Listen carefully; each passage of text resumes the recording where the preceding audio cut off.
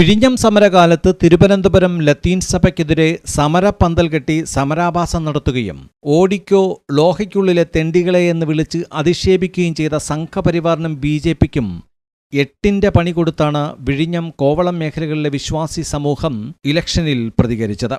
ഒരു ജനതയുടെ നിലനിൽപ്പിനായും കുടിയിറക്കപ്പെട്ടവരുടെ പുനരധിവാസത്തിനുമായും തിരുവനന്തപുരം അതിരൂപത നടത്തിയ ജനകീയ സമരത്തെ അടിച്ചമർത്തുകയും സംഘർഷപൂരിതമാക്കുകയും ചെയ്ത സംഘികൾക്കുള്ള യഥാർത്ഥ ഷോക്ക് ട്രീറ്റ്മെന്റാണ് സഭാവിശ്വാസികൾ നൽകിയതെന്ന് കോവളം നിയോജകമണ്ഡലത്തിലെ വോട്ടുകൾ എണ്ണിയാൽ മനസ്സിലാകും. കോൺഗ്രസ് 64,042 വോട്ടുകളാണ് കോവളം നിയോജകമണ്ഡലത്തിൽ നേടിയത്.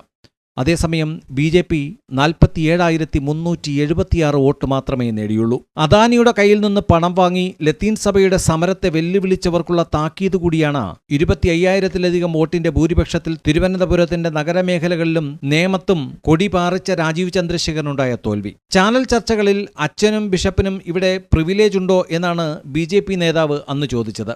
ഇവിടെ വേണ്ടത് ജുഡീഷ്യൽ അന്വേഷണമൊന്നുമല്ല.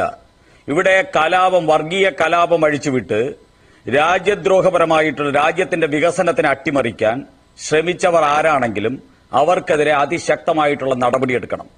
IPC-യിലും CRPC-യിലും രാഷ്ട്രപതിക്കും ഉപരാഷ്ട്രപതിക്കും ഗവർണർക്കും അതോടൊപ്പം തന്നെ അങ്ങനെയുള്ള സുപ്രീം കോടതി ചീഫ് ജസ്റ്റിസിനും ജഡ്ജിമാർക്കും ഒക്കെ മാത്രമേ ചില പ്രിവിലേജുകളുള്ളൂ. അല്ലാതെ ബിഷപ്പിനും മതമേലധ്യക്ഷന്മാർക്കും അങ്ങനെ മതം നോക്കി പ്രിവിലേജ് ഒന്നും കൊടുത്തിട്ടില്ല. ആരാണോ കലാപത്തിന് നേതൃത്വം നൽകിയത് അത് ദൗർഭാഗ്യവശാൽ മതമേലധ്യക്ഷന്മാരോ ജാതി നേതാക്കന്മാരോ ആണെങ്കിൽ പോലും അവർക്ക് ഈ രാജ്യം നൽകുന്ന നിയമപരമായ ശിക്ഷയും നടപടിയും എടുക്കാനുള്ള തന്റെ ഇടം ഇവിടുത്തെ സർക്കാരിന് വേണം.